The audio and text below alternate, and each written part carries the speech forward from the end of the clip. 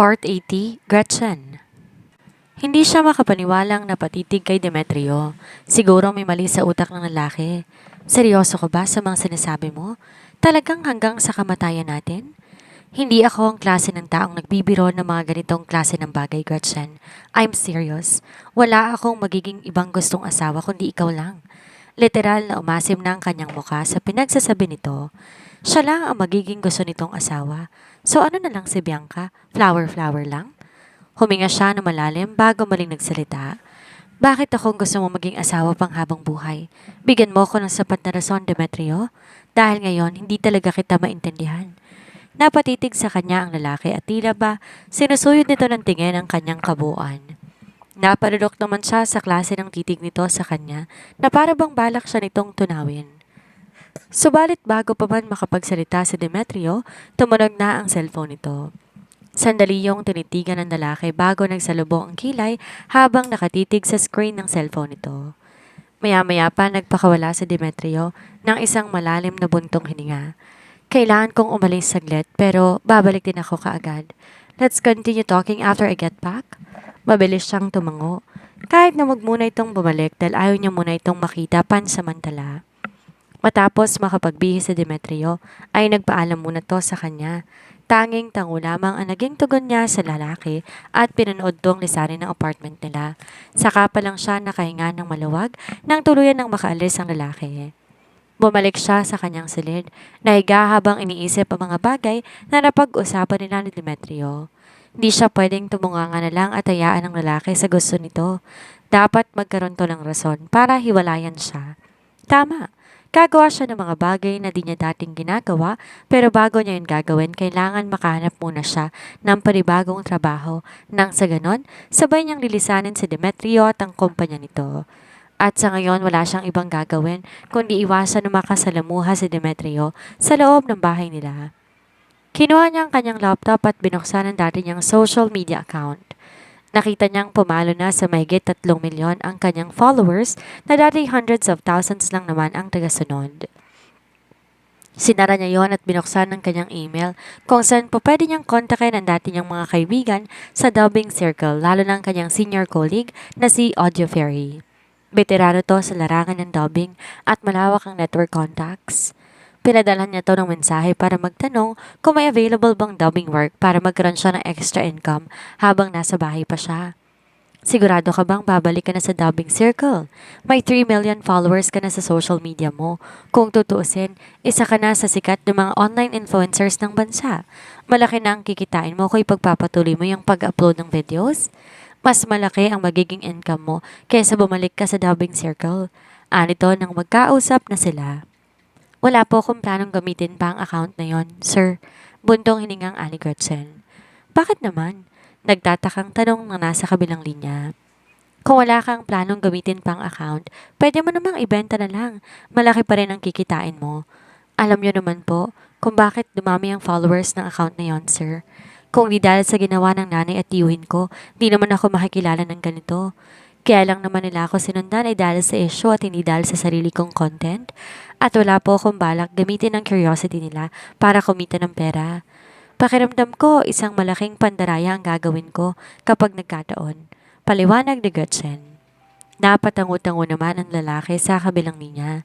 Sa bagay, may punto ka, lalo na't may prinsipyo kang tao. Huwag kang mag-alala, tatawagan agad kita kapag may bakante na. Matapos makapagpaalam, pinatay na ni Gretchen ang tawag at muli binuksan ang kanyang account. Nang tingnan niya ang kanyang inbox, natanggap siya ng sobrang daming mensahe. Karamihan sa mga yon ay pampalakas ng loob. May ilan din naman nagalit sa kanya at kinutya pa siya na pangit ang boses niya. Ilang sandali pa, isang mensaheng nakakuha ng kanyang pansin mula sa isang user na may profile picture na medyo may edad na. Bakit di ka nakapag-update ng bagong audio, Iha? Sana nasa maayos na kalusugan ka. Nalulungkot ka pa rin ba sa nangyari nung nakaraan? Huwag kang mag-alala. Marami kaming nagmamahal sa'yo at susuportan ka namin sa darating pang hinaharap. From Hermania. Napahawak si Gretchen sa kanyang dibdib.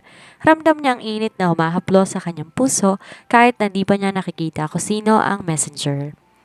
Maraming salamat po sa pagsuporta, Auntie. Ayos lang po ako pero abala po ako sa isang bagay nitong mga nakarang araw kaya hindi na po muna ako magbo-broadcast. Reply niya.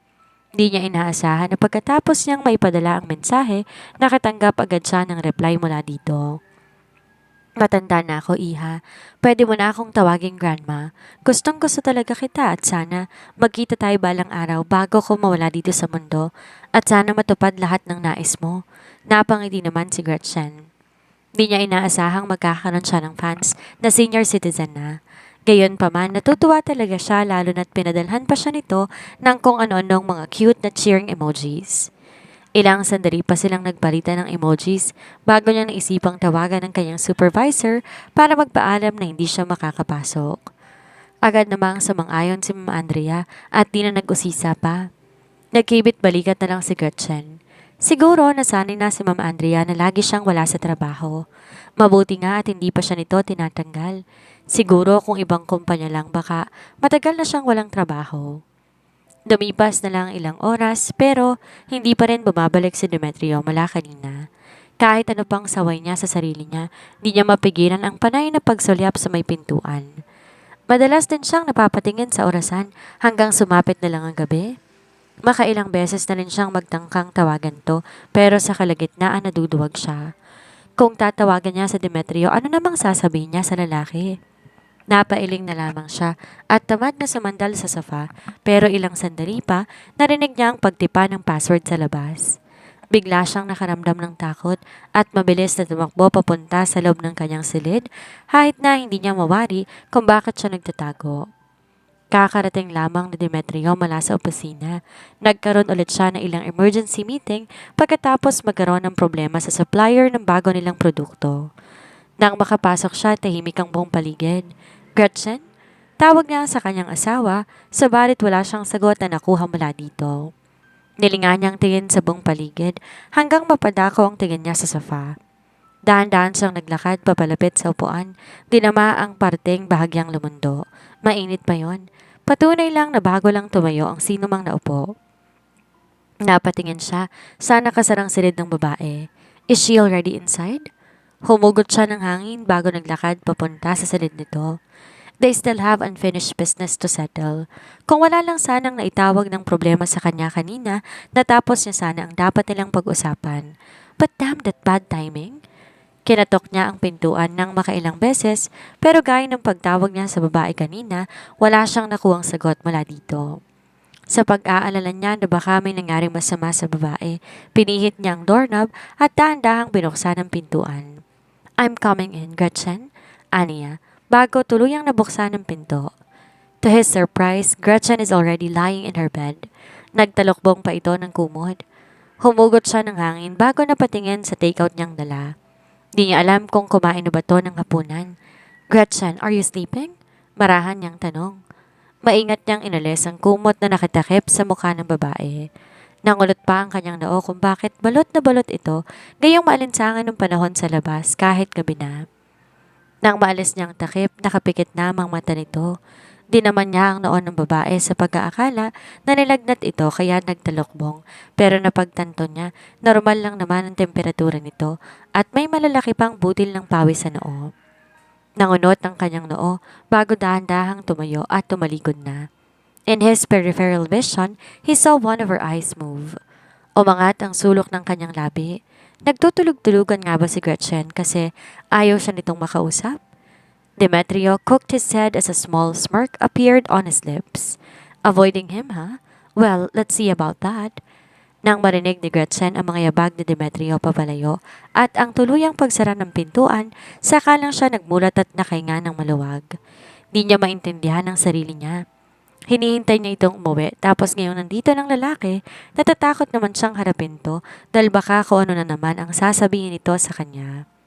Bumangon siya sa kama, naisipang magbanyo nang mapadaan siya sa salamin. Akbang lalampasan niya ang salamin subalit tila may puwersa na dahan-dahang humihila sa kanya. Pabalik dahilan para mapatingin siya sa kanyang kabuuan. Naalala niyang sinabi ni Bianca sa kanya nung nasa ospital sila para ipahiya siya kay Demetrio. Sa tingin niya di naman siya tumaba pero maya-maya pa wala sa sarili siyang napahawak sa kanyang tiyan kasabay ng pagtagilid sa harap ng salamin. Unti-unti nangunot ang kanyang noo.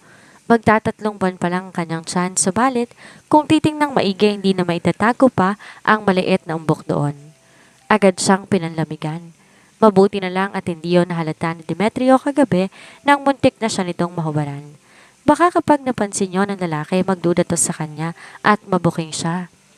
Nanlulumo siyang napaupo sa gilid ng kanyang kama. Hindi niya aakalaing ganito ang sitwasyong kinasusuungan niya. Malakas siyang napabuntong hininga. Hindi siya sigurado kung ano ang bukas na naghihintay sa kanya sa dami ng di inaasahang pangyayari. Sino ba naman kasi ang mag-aakala na mapapangasawa niya ang isa sa pinakamayamang lalaki sa buong Pilipinas at magiging karibal siya na isang dating child star at ngayon sikat na aktres. Nakakabaliw. Pabagsak siyang nahiga sa kama nang tumunog ang kanyang cellphone. Nang tingnan niya ang pangalan, yon si Grandma Mariket, agaran niyang sinagot ang ginang. Gretchen, Iha, how are you? Balita ko na ospital ka daw, okay ka lang ba? Inaalagaan ka bang mabuti ng apo ko? Tila nag-hysterical nitong tanong. Napatitig siya sa screen ng kanyang cellphone. Muling sumagi sa isipan niya ang kanyang katanungan nung nakaraan. Alam kaya ni Grandma Marie ang bagay na tinatago ni Demetrio sa kanya? Lihim siyang napabuntong hininga. Isang bagay lang pumasok sa isipan niya para malaman niya ang totoo. Gretchen, nandyan ka pa ba? Untag nito sa pananahimik niya. Napatikim siya bago sumulyap sa may pintuan. Baka gising pa si Demetrio at marinig siya. Kala pa naman ng lalaki tulog na siya. Ayos lang po ako, Grandma. Nagpapahinga na po ako sa bahay. Mahina niyang sagot. Talaga? Mabuti naman kung ganon. Ito kasing si Demetrio hindi man lang nabanggit sa akin ang nangyari sa'yo nang sa ganon naalagaan kita sa ospital. Pagmaktol pa ng matanda. Sandaling natigilan si Gretchen pero maya-maya lang napaisip siya. Mas mainam na rin na di sinabi ni Demetrio kay Grandma ang nangyayari sa kanya para di niya ito maistorbo. Mula nang malaman niya mula sa mayamang angkan ang mag-asawa, parang nakakaya nang maging pabigat sa mga ito. Hindi na po namin sinabi para hindi kayo mag-alala, Grandma. Minor accident lang naman po ang nangyari, pagsisinungaling niya. Pero kahit na, you are my granddaughter-in-law, dapat alam ko pa rin. Himig nagtatampo nitong bigkas. Pasensya na po kayo, Grandma. Babawi na lang po ako. Kapag magaling na ako, bibisitahin ko po kayo. Pangako mo yan, ha? Natatawa naman siyang umoo, subalit nang matapos ang tawag, unti-unti ring napalis ang ngiti sa labi niya. Kung sakaling mapapatunayan niya na nagsisinungaling din na mag-asawa sa kanya, sigurado siyang masasaktan siya. Ilang minuto siyang nanatiling nakaupo sa kama nang maramdaman niya ang pagkalam ng sikmura niya. Sa kakahintay niya kay Demetrio, nakalimutan niya na di pa pala siya naghahapunan. Akmang tatayo siya na maisip niya na baka gising pa si Demetrio at magpang-abot sila. Sandali siyang natulala nang maisipan niya na magpalipas na ng muna ng 20 minuto bago lumabas. Siguro naman wala na si Demetrio ng mga oras na yon, di ba? Nahiga siya sa kama habang naghihintay ng oras at marahan niyang hinaplos ang kanyang sikmura. Wait ka lang, baby, ha? Hintayin muna nating ma-knock out yung daddy mo bago tayo lumabas. Carry mo pa naman, di ba? Bulong niya na para bang naririnig siya nito. Maya-maya pa dumaan na ang 20 minuto. Maingat siyang lumabas ng silid at nagtungo sa kusina para maghalongkat ng pupwede niyang kainin. Subalit nang makarating siya sa kusina, nakita niyang may nakanda ng pagkain sa mesa gaya kanina. Agad niyang napansin ang sticky note sa ibabaw ng takip ng pagkain. If you wake up, I've prepared this for you, Demetrio. Tumaas ang isa niyang kilay. In fairness, masarap ang pagkain at mukhang mamahalin. Siguro in-order yun ni Demetrio sa isang fancy restaurant. Di na siya nag-inarte pa at nilantakan na ang pagkain, lalo pat gutom na siya. Nang matapos siyang kumain, siya mismong nagligpit. Siniguradong malinis ang kusina bago siya lumabas at nagpunta ng salas. Pero gano'n na lamang ang gulat niya nang madatnan sa Demetrio, prenteng nakaupo sa isa sa mga sofa. Suot pa rin ng lalaki ang damit nito bago to umalis. Ilang beses pa siyang napanunok, lalo pa nga titig na titig ito sa kanya. Salamat nga pala sa pagkain. Nakatulog kasi ako kaya hindi ako nakapagluto, pagdadahilan niya. Tumango naman si Demetrio. It's okay. Huwag ka munang magluto hanggat hindi ka pa gumagaling. Gretchen, gusto kong magpahinga ka na muna. Tumikhim siya. Ba't ba parang ang awkward ng sitwasyon nila? Malayong malayo nung araw na niyaya niya to ng kasal. Sige, matutulog na ako. Inaantok na kasi ako eh. Pagsisinungaling pa niya at umextra pa talaga siya ng kikab.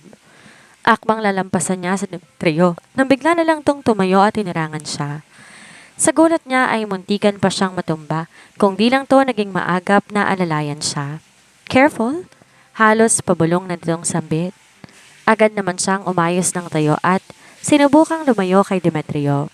Pero hindi siya nito hinayaan at hinigpitan pa ang pagkakapulupot ng braso nito sa kanyang bewang, sabay din sa kanan sa katawan nito. Namilog ang kanyang mga matang nagpumiglas. Ano bang ginagawa mo? Natataranta niyang bikas. You asked me a question earlier and I'm here to answer it. Nangunot ang kanyang noo. Akala niya tapos na sila sa bagay na yun. Hindi niya akalain yun pa rin na magiging topic nila ngayong gabi. Di ko na kailangan ng sagot mo. Malamig niyang turan. Dahil kahit ano pang sagot nito, wala naman siyang pakialam. Ang mahalaga matuloy ang divorce nila. Pero nang tingnan niya si Demetrio, nakita niya ang determinasyon sa mga mata nito at bago pa siya makapag-react, dinampian na nito na isang magaan na halik ang labi niya. Aba, namumuro na yata ito kahahalik sa kanya. Akmang itutulak niya itong muli palayo nang matigilan siya sa katagang lumalabas mismo sa bibig ng lalaki. I like you, Gretchen. Umawa ang kanyang mga labi kasabay ng pagsalubong ng kanyang mga kilay. Isang nagtatanong na titig ang pinukol niya kay Demetrio na ngayon ay hawak pa rin ang bewang niya. Anong sinabi mo? Paninigurado niya. Di niya alam kung nagkamali lang ba siya ng dinig o sadyang si Demetrio ang nagkamali ng pagkakasabi. I said I like you. May diin itong bigkas. Ilang segundo siyang natulala habang pinoproseso ang utak niya nang sinabi nito. Demetrio likes her? Napakurap-kurap siya at maya-maya pa hilaw na natawa. Ah, gusto mo ko. Okay, may nahon niyang sambit. Gusto siya nito. Wala naman sigurong mali siya yon, hindi ba? Okay, yun lang ang isasagot mo? Di makapaniwalang tanong ni Demetrio. Muli siyang natawa. Sabi mo gusto mo ko at kaya mo lang naman nasabi yan dahil mabait ako sa'yo, di ba? Gusto mo ko bilang kaibigan dahil maayos ang pagkasama natin. Nagpakawala si Demetrio ng isang malalim na buntong hininga. Stop playing coy, Gretchen. Pakiramdam niya tumigil sa pag-ikot ng kanyang mundo sa sinabi ni Gretchen. Halos hindi siya makahinga dahil sa lakas ng tibok ng puso niya. Gusto siya nito, walang harong biro. Pilit niyang tinatago ang sayang nararamdaman niya kahit pa nagdiriwang ang puso niya. Pero ang sayang nararamdaman niya ay mabilis na napawi nang maalala niya ang sekreto nito at ni Bianca. Paano nga ba siya maniniwala sa lalaking may itinatago sa kanya? Dahan-dahan siyang kumalas mula sa pagkakahawak ni Demetrio. Mabuti na lang nga at di na siya pinigilan pa ng lalaki. Huminga siya ng malalim bago matapang na sinlubong ang mga mata ng lalaki. Ano bang nakikita mo sa akin? Bakit mo ako nagustuhan? May nahon niyang tanong. Kung ikukumpara ang sarili niya kay Bianca, masasabi niya, nakakalamang ang babae sa maraming bagay. Bakit bigla na lamang siya nitong nagustuhan? Pinaglalaroan lamang ba siya ng lalaki? O kahit na hindi si Bianca, maraming babae ang nakapaligid kay Demetrio, lalo na't mayayaman to at may itsura. Ano bang laban niya sa mga babaeng yon? Gayong isa lang siyang simpleng probinsyana na nagtungo sa syudad para magtrabaho. I like you because you are Gretchen. Diretsahan itong sagot. Maraming mga magagandang babae dyan, Demetrio. I don't care about other women. Putol nito sa sasabihin niya sana. Naparunok siya bago nag-iwas ng tingin. Masyadong mataas si Demetrio para sa isang kagaya niya. Hindi ako naniniwala sa sinasabi mo, Demetrio. Madalas tayong magkasama kaya't naninibago ka lang at nasabi mo na gusto mo ko. Pero kapag naghiwalay na tayo, marirealize mo rin na hindi totoong nararamdaman mo. Unti-unti, kumalimlim ang titig ni Demetrio sa kanya. Humugot ng hangin ng lalaki bago nagsalita. Alam ko kung ano ang nararamdaman ko, Gretchen. Kaya hindi ko agad sinabi sa'yo para makasiguro ako. I am not kidding, nor overwhelmed. I'm sure with what I feel about you. Seryoso nitong bigkas. Sa ikalawang pagkakataon, hindi agad nakapagsalita si Gretchen dahil hindi niya malaman kung ano ang sasabihin niya. Masyadong maraming bagay pang nakapagitan sa kanila at di niya alam kung paano resolbahin ang lahat. Huminga siya ng malalim bago muling nagsalita. Kahit ano pang sabihin mo, hindi ako naniniwala sa'yo. Ilang sandali siyang tinitigan ni Demetrio bago napatango-tango. Okay, it's fine. If you don't believe me, but that doesn't mean I'm giving up. I'm going to show you and prove to you that I'm serious about you, Gretchen. Napakarap-karap si Gretchen at ilang beses na napanunok. Bahala ka nga kung anong gusto mo. Anito at napaatras na ilang beses bago nagmamadaling nagtungo sa kanyang silid. Mabilis nara ni Gretchen ang pintuan at napasandal doon. Wala sa sarili siyang napahawak sa kanyang dibdib.